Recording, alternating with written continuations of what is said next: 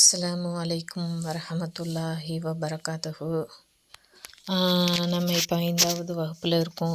இதற்கு முன்னாடி உள்ள வகுப்பில் நம்ம என்னென்ன பார்த்தோம்னா, குரான் நமது ஆள் மனதுக்குள்ளே உள்ள போகிறதுக்கான வழிகளை நம்ம பார்த்தோம். குரானை முன்மொழி இல்லாமல் நம்ம பின்பற்றணும் அப்படின்னு பார்த்தோம். அதை நம்ம செவி மடுக்கணும், வாய் மூடி கேட்கணும் அப்படிங்கிறத நம்ம பார்த்தோம். அது மட்டும் இல்லாமல் நம்ம என்ன கேட்ட விஷயமோ அந்த குரான் நமக்கு என்ன சொல்லுதோ அதை நம்ம கடைப்பிடித்து அதை நம்ம செயல்முறைப்படுத்தணும் அப்படிங்கிறத பார்த்தோம். அந்த மாதிரி இருந்தோம்னா குரான் நம்மளோட ஆள் மனதிற்கான போவதற்கான வழிகளில் அல்லாஹ் இலகுவாக்குவோம் அப்படின்னு பார்த்தோம். அது மட்டும் இல்லாமல் இப்போ நம்ம 5வது வகுப்பில் என்ன பார்த்துருக்கோம்னா, குரான் அணுகுவதற்காக வரக்கூடிய தடைகளை நம்ம எப்படி தகர்ப்பது அப்படிங்கிறத நம்ம இந்த வகுப்பில் 5வது வகுப்பில் பார்த்தோம். அதில் அல்லாஹ் என்ன சொல்லி காட்டுறோம்னா, 29வது அத்தியாயம் 69வது வசனத்தில் எல்லாம் சொல்லி காட்டுறான், நம் விஷயத்தில் உழைப்போருக்கு நமது வழிகளை காட்டுவோம், நம்மை செய்வோருடன் அல்லாஹ் இருக்கின்றான் அப்படின்னு சொல்லி அல்லாஹ் சொல்லி காட்டுறான். இந்த வசனத்தில் அல்லாஹ் நமக்கு என்ன சொல்லி காட்டுறான்னா, அல்லாஹுடைய விஷயத்தில் யார் உழைக்கிறாங்களோ அவங்களுக்கு அல்லாஹ் அல்லாஹுடைய வழிகளை அல்லாஹ் காட்டுவேன் அப்படின்னு சொல்கிறான். நன்மை செய்வோருடன் யார் நன்மையான செயல்களை செய்கிறாங்களோ அவங்களோட அல்லாஹ் இருக்கேன் அப்படின்னு சொல்லி காட்டுறான். அதில் நம்ம எப்படி நம்ம இந்த குர்ஆனை அணுகும்போது நமக்கு எப்படி நம்மளால் முடிஞ்ச எவ்வளோ நம்மளால் எஃபர்ட் போட முடியுமோ அதிகபட்சமான முயற்சியை நம்ம போடணும். நம்மளோட முழு உழைப்பையும் முழு சிந்தனையும் அதிகமாக நம்மளால் எவ்வளவு உழைக்க முடியுமோ அதிகபட்சமாக முயற்சி பண்ண முடியுமோ அத்தனை முயற்சிகளையும் நம்ம இந்த குர்ஆனை ஓதும்போது அணுகும்போது நம்ம செய்யணும். அப்படி செஞ்சால் தான் அந்த தடைகளை தகர்த்து நம்ம முன்னேறுவதற்கான வழிகளை அல்லாஹ் நமக்கு ஏற்படுத்துவான். அல்லாஹ் அந்த மாதிரி செயல்கள் செய்ய போகும்போது அல்லாஹ் அந்த செயல் செய்யும்போது நம்மளோட இருக்கேன்னு சொல்லி அல்லாஹ் சொல்லி காட்டுறான். இந்த வசனத்துலேருந்து நம்ம இதை அறியலாம். அல்லாஹ் மேலும் சொல்லி காட்டுறான்.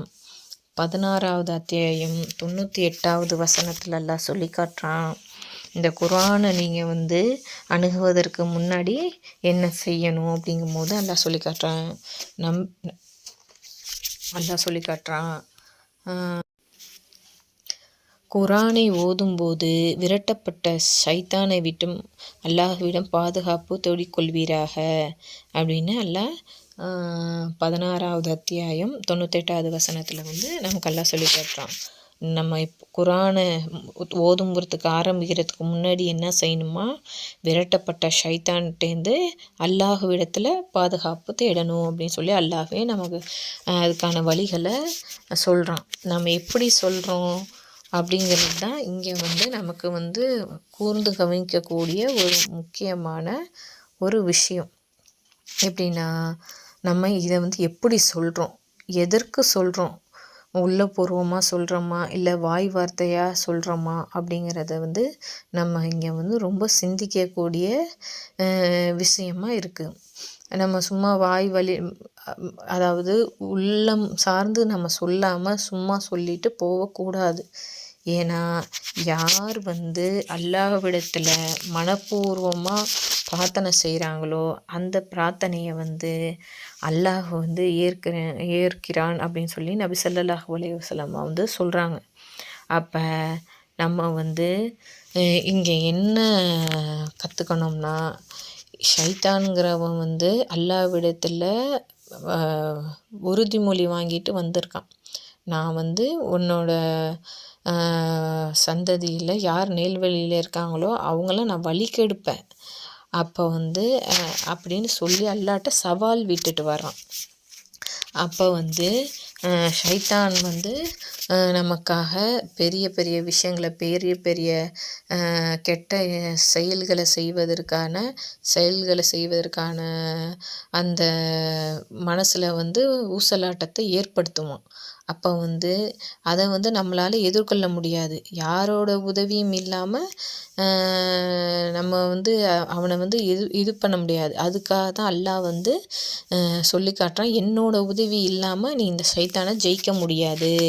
அப்போ ஷைத்தானை நீ ஜெயிப்பதற்கான வழி என்னன்னா, நீ வந்து மனிதன், இந்த ஷைத்தானை வந்து உன்னால் வந்து எதிர்கொள்கிறதுக்கு முடியாது. அதனால் உனக்கு வந்து ஒரு உதவி தேடணும்னா நீ அல்லாஹ் இடத்துல என்னிடத்துல வந்து நீ வந்து உதவி தேடணும். என்னட்டு நீ பிரார்த்தனை செய்யணும்.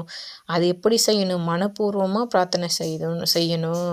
விரட்டப்பட்ட ஷைத்தானை விட்டு பாதுகாப்பு நீ என்னட்ட கேளு அப்படின்னு வந்து அல்லாஹ்வே நம்ம சொல்லி காட்டுறான். அப்போ வந்து ஷைத்தானை ஜெயிக்கணும்னா அதுக்கு மிகப்பெரிய ஒரு உதவி என்னென்னா, அல்லாஹ்விடத்தில் நம்ம கையேந்தணும். அல்லாஹ் உன்னால் மட்டும்தான் அல்லாஹ் இந்த ஷைத்தானிடத்திலிருந்து எனக்கு பாதுகாப்பு, நீ மட்டும்தான் எனக்கு பாதுகாப்பு தர முடியும்.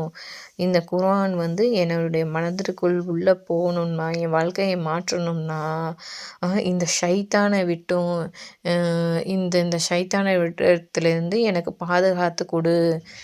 எனக்கு குர்ஆன் வந்து என்னோடய வாழ்க்கையை மாற்றணும். அதுக்காக நீ வந்து எனக்கு உதவி செய் அப்படின்னு சொல்லி அந்த உள்ளபூர்வமாக நம்ம இந்த அவுது பில்லாஹி மினஷ் ஷைத்தானிர் ரஜீம் அப்படின்னு சொல்லிட்டு இந்த குர்ஆனை திறந்தோம்னா அல்லாஹ் வந்து நமக்கு கண்டிப்பாக நமக்கு வந்து அல்லாஹ் வந்து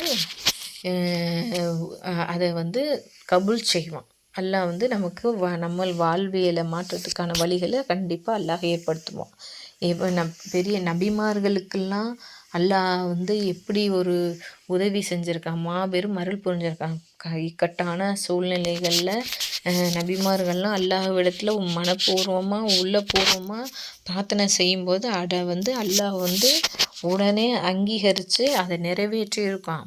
உதாரணமாக 21வது அத்தியாயத்தில் 83வது வசனத்தில் ஐயூப் நபி கேட்டாங்க. எப்படி கேட்குறாங்கன்னா, அல்லாஹ் எனக்கு துன்பம் நேர்ந்து விட்டது, நீ கருணையாளர்களுக்கெல்லாம் கருணையாளன் என ஐயூப் தமது இறைவனை அழைத்தபோது அவரது பிரார்த்தனையை ஏற்றுக்கொண்டோம். அவருக்கு ஏற்பட்ட துன்பங்களை நீக்கினோம். அவரது குடும்பத்தாரையும் அவர்களை போன்றோரையும் நாம் அருளாக அவர்களுக்கு வழங்கினோம். வணக்கசாலிகளுக்கு இதுவே அறிவுரை அப்படின்னு சொல்லி அல்லாஹ் 21வது அத்தியாயம் 83வது வசனத்தில் நமக்கு சொல்லி காட்டுறான்.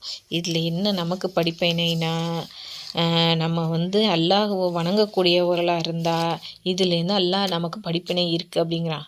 அல்லாஹ்விடத்தில் நம்ம சரணடைஞ்சு உள்ளபூர்வமாக நம்ம வந்து பிரார்த்தனை செஞ்சோம்னா, நம்மளுடைய அடியான் இறைவா நீ தான் வந்து கருணையாளருக்கெல்லாம் கருணையாளன் அப்படின்னு நம்ம பிரார்த்தனை செஞ்சோம்னா, நம்மளுடைய இயலாமையில் வந்து இருக்கண்டா அல்லாஹ் உன்னால் தான் எனக்கு ஹெல்ப் பண்ண முடியும் அப்படின்னு சொல்லி நம்ம பிரார்த்தனை செஞ்சோம்னா அந்த பிரார்த்தனையை அல்லாஹ் கபூல் செய்வான். துன்பமாக இருக்கட்டும், சந்தோஷமாக இருக்கட்டும், எதுவாக இருந்தாலும் அல்லாஹ்விடத்தில் நம்ம பிரார்த்தனை செய்யணும். நமக்கு கஷ்டம் ஏற்பட்டுச்சா அல்லாஹ்விடத்தில் பிரார்த்தனை செய்யணும். சந்தோஷமாக இருக்கணுமா அல்லாஹ்விடத்தில் நன்றி செலுத்தணும். அல்லாஹ்வை நினைவு கூறுதலில் நம்ம அதிகம் செயல்படணும். அதே மாதிரி அல்லாஹ் வந்து மேலும் சொல்லி காட்டுறான். யூனுஸ் நபி அவங்களோட வசனத்தில் அல்லாஹ் சொல்லி காட்டுறான். யூனுஸ் நபியை பற்றி அல்லாஹ் குர்ஆனில் சொல்லி காட்டுறான். 29வது அத்தியாயம் 88வது வசனத்தில் அல்லாஹ் சொல்லி காட்டுறான். அவரது பிரார்த்தனையை ஏற்றுக்கொண்டோம், கவலையிலிருந்து அவரை காப்பாற்றினோம், இவ்வாறே நம்பிக்கை கொண்டோரையும் காப்பாற்றுவோம் அப்படின்னு சொல்லி அல்லாஹ் சொல்லி காட்டான். அதே போல் யூனுஸ் நபி வந்து அல்லாஹ்விடத்தில் பிரார்த்தனை செய்யும் போகும்போது அல்லாஹ்விடத்தில் பிரார்த்தனை செய்கிறாங்க. எப்படின்னா 21வது அத்தியாயம் 87வது வசனத்தில் அல்லாஹ் சொல்லி காட்டுறான். மீனுடையவர் யூனுஸ் கோபித்து கொண்டு சென்றார். அவர் மீது நாம் சக்தி பெற மாட்டோம் என்று நினைத்தார். உன்னை தவிர வணக்கத்துக்குரியவன் யாரும் இல்லை. நீ தூயவன். நான் அநீதி இழைத்தோருள் ஆகிவிட்டேன் என்று இருளிலிருந்து அவர் அழைத்தார். அவரது பிரார்த்தனையை ஏற்றுக்கொண்டோம். கவலையிலிருந்து அவரை காப்பாற்றினோம். இவ்வாறே நம்பிக்கை கொண்டோரை காப்பாற்றுவோம். அதாவது அல்லாஹ் 21வது அத்தியாயம் 87, 88 வசனங்களில் யூனுஸ் நபி கேட்ட பிரார்த்தனையை அல்லாஹ் சொல்லி காட்டுறான். அதிலேயே சொல்கிறான், அவரது பிரார்த்தனை ஏற்றுக்கொண்டோம், கவலையிலிருந்து அவரை காப்பாற்றினோம், நம்பிக்கை கொண்டோரை காப்பாற்றுவோம். அப்போ நம்ம நம்பிக்கை கொண்டு இருந்தோம்னா அல்லாஹ் நம்மளை காப்பாற்றுறேன்னு சொல்லி இதில் சொல்கிறான். அப்போ குர்ஆனை அணுகிறதுக்கு முன்னாடி நம்ம முழு மனதோடு உள்ளத்தோடு நம்ம இறைவனிடத்தில் பிரார்த்தனை செஞ்சோம்னா, நம்ம நம்பிக்கை கொண்டு இதை செஞ்சோம்னா அல்லாஹ் நம்மளை காப்பாற்றுறேன்னு சொல்கிறான். நம்பிக்கை கொண்டோரை காப்பாற்றுவோம் அப்படின்னு. அப்போ இந்த ஷைத்தான் எப்பேற்பட்டவன்னா, நம்மளோட வழிகளில் தடுத்து நம்மளை நிறுத்துவேன்னு அல்லாட்ட சவால் விட்டுட்டு வந்திருக்கிறதுனால நம்ம நல்வழி பெறணும், நேர்வழி பெறணும்னு செய்யக்கூடிய ஒவ்வொரு செயல்களிலிருந்தும் நம்மளை அவன் தடுப்பதற்கு ஒரு பெரிய தடையாக அவன் இருப்பான். அதே மாதிரி குர்ஆன் ஓதுவதற்கு அவன் மிகப்பெரிய தடையாக நம்மளுடைய பாதையில் அவன் இருப்பான். அதுக்கு தான் முன்னெச்சரிக்கை நடவடிக்கையாக நம்ம என்ன செய்யணும்னா, அல்லாஹ்விடத்தில் இந்த பிரார்த்தனையை நம்ம செஞ்சோம்னா அல்லாஹ் சைத்தானுடைய பெரிய தடையிலிருந்து நமக்கு காப்பாற்றி முன்னேறி செல்வதற்கான வழிகளை அல்லாஹ் நமக்கு ஏற்படுத்துவான். எது நேர்வழி அப்படின்னு நம்ம பார்த்தோம்னா, அதாவது நேர்வழி எதுனா அல்லாஹ் நம்ம நினைப்பது நேர்வழி. நேர்வழிங்கிறது 3 பாயிண்ட்டாக நம்ம இந்த கிளாஸில் பார்த்தோம். அதில் அல்லாஹ் ஃபஸ்ட்டு பாயிண்ட் என்னென்னா, நேர்வழி என்றால் சிராத்தில் முஸ்தகீம் அப்படிங்கிறத நம்ம பார்த்தோம். அதில் ஃபஸ்ட்டு பாயிண்ட்டு அல்லாஹ் நினைப்பது, சிந்திப்பது, பிரார்த்தனை செய்வது. இது 3மே நமக்கு நேர்வழியை ஏற்படுத்தி கொடுக்கும். 2வது பாயிண்ட் என்னென்னா, அல்லாஹ்வுடைய வார்த்தைகளை நம்ம பின்பற்றுவது. அது எப்படின்னா குர்ஆனை நம்ம பின்பற்றினோம்னா நம்ம நேர்வழியில் இருப்போம். அதே மாதிரி அல்லாஹோடு பேசுவது. அல்லாஹோடு பேசுகிறது என்னென்னா தொழுகையில் நம்ம தொழுகையை கரெக்டாக செஞ்சோம்னா அது நமக்கு நேர்வழியை ஏற்படுத்தி தரும். நம்ம நன்மையான வழிகளில் மென்மேலும் மறுமையிலும் வெற்றி பெறுவதற்கான வழிகளை நமக்கு ஏற்படுத்தி கொடுக்கும். இந்த 3 விஷயங்கள் தான் நமக்கு நேர்வழியை ஏற்படுத்தி தர போகக்கூடிய விஷயங்கள். அப்போ இந்த விஷயங்களில் தான் ஷைத்தான் நமக்கு தடையாக நிற்பான். நம்ம முன்னேறி செல்வதற்கான வழிகளை நமக்கு தடுப்பான். அப்போ அல்லாஹ் சொல்லி காட்டுறான். 7வது அத்தியாயம் 16வது வசனத்தில் அல்லாஹ் சொல்லி காட்டுறான். அல்லாஹ் ஷைத்தான்கிட்ட சவால் விட்டுட்டு வரான். அதை அல்லாஹ் சொல்லி காட்டுறான். நீ என்னை வழிகெட்டவனாக ஆக்கியதால் அவர்களுக்காக உனது நேரான பாதையில் அமர்ந்து கொள்வேன் என்று அவன் கூறினான். பின்னர் அவர்களின் முன்னரும் பின்னரும் வலப்புறமும் இடப்புறமும் அவர்களிடம் வருவேன். அவர்களில் அதிகமானோரை நன்றி செலுத்துவதாக நீ காணமாட்டாய் என்று கூறினான். இந்த மாதிரி அல்லாஹ்ட்ட அவன் என்னன்னா சவால் விட்டுட்டு வந்திருக்கான். அப்போ நம்மளுக்கு எது நேர்வழியோ அந்தளுடைய பாதையில் அவன் குறுக்க நின்றுட்டு அவன் நம்ம முன்னேறி செல்வதற்கான வழிகள் எல்லாத்துலேயுமே தடையை ஏற்படுத்துவான். என்னென்ன வழிகள்ங்கிறத அல்லாஹ் சிந்திப்பது, அல்லாஹ்வுடைய வார்த்தைகளை நம்ம கடைபிடிப்பது, அல்லாஹ்வுடைய நம்ம உரையாடுவது, அதாவது தொழுகிறது, இந்த விஷயங்கள்லாம் நம்ம வழிக்கெடுத்துட்டோம். ஷைத்தான் நம்ம வழிக்கெடுத்தானா நம்ம நஷ்டவாளிகளாக ஆயிடுவோம்.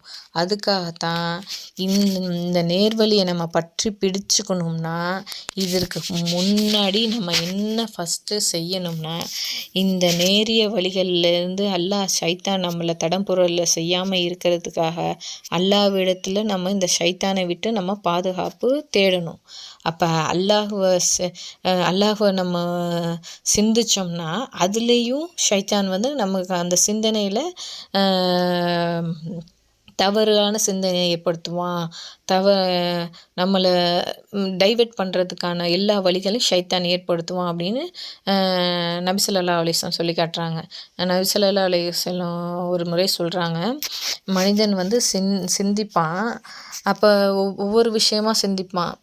இந்த பூமியை படைச்சது யார், இந்த வானத்தை படைச்சது யார் அப்படின்னு நம்ம சிந்திக்கும் போது இந்த பூமியை படைச்சது அல்ல, வானத்தை படைச்சது அல்ல, மரத்தை படைச்சது அல்ல, எல்லாத்தையும் படைச்சது, இந்த நீரை படைச்சது அல்ல, எல்லாத்தையும் படைச்சது அல்ல அப்படின்னு சிந்திக்க போகும்போது அப்போ அந்த சிந்தனையில் ஷைத்தான் வழிகெடுக்கிறதுக்கு பார்க்குறான். அப்போ எப்படி வழிகெடுக்க பார்க்குறான்னா, எல்லாத்தையும் படைச்சது அல்லாஹ் தான், அப்போ அல்லாஹ் படைச்சது யார் அப்படின்னு ஒரு தவறான சிந்தனையை ஏற்படுத்தி நம்மளை வழிகெடுக்கிறதுக்கு பார்க்குறான். அப்போ தான் ரசூலுல்லாஹ் சொல்கிறாங்க, ஷைத்தான் மனதில் அல்லாஹ்வை பற்றி சிந்தனையில் தவறான சிந்தனை ஏற்படுத்தும் போது அவுது பில்லாஹி மினஷ் ஷைத்தானிர் ரஜீம் சொல்லுங்க அப்படின்னு நபி ஸல்லல்லாஹு அலைஹி வஸல்லம் சொல்கிறாங்க. அஸ்ஸலாமு அலைக்கும் வரஹ்மத்துல்லாஹி வபரகாத்துஹு. நம்ம இன்னைக்கு ஷைத்தான் மனதில் அல்லாஹ்வை பற்றி சிந்தனையில் தவறான சிந்தனை ஏற்படுத்தும் போது அவுது பில்லாஹி மினஷ் ஷைத்தானிர் ரஜீம் சொல்லுங்க அப்படின்னு நபி ஸல்லல்லாஹு அலைஹி வஸல்லம் சொல்கிறாங்க. இதை புகாரியில் 3276வது ஹதீஸாக பதிவிடப்பட்டிருக்கு. அதே மாதிரி நம்மளோட சிந்தனையிலையும் சரி, செயல்களையும் சரி, எண்ணங்களையும் சரி, எல்லாத்துலேயும் ஷைத்தானை தவறான எண்ணங்கள் ஏற்படுத்தும் போது நம்ம முதல்ல இறைவனிடத்தை அந்த ஷைத்தானை விட்டு பாதுகாப்பு தேடிட்டு தான் மறு செயல் செய்ய போகும்போது அந்த செயல்லேருந்து ஷைத்தானை விட்டு அல்லாஹ் நமக்கு பாதுகாப்பு தருவான். அல்லாஹ் மேலும் மேலும் நமக்கு தெளிவான சிந்தனையும் தெளிவான செயல்களையும் செய்வதற்கு அல்லாஹ் கிருபை செய்யணும்னு சொல்லி அல்லாஹ்விடத்தில் பிரார்த்தனைத்தவளாக இந்த உரையை நிறைவு செய்கிறேன். அஸ்ஸலாமு அலைக்கும் வரஹ்மத்துல்லாஹி வபரகாத்துஹு.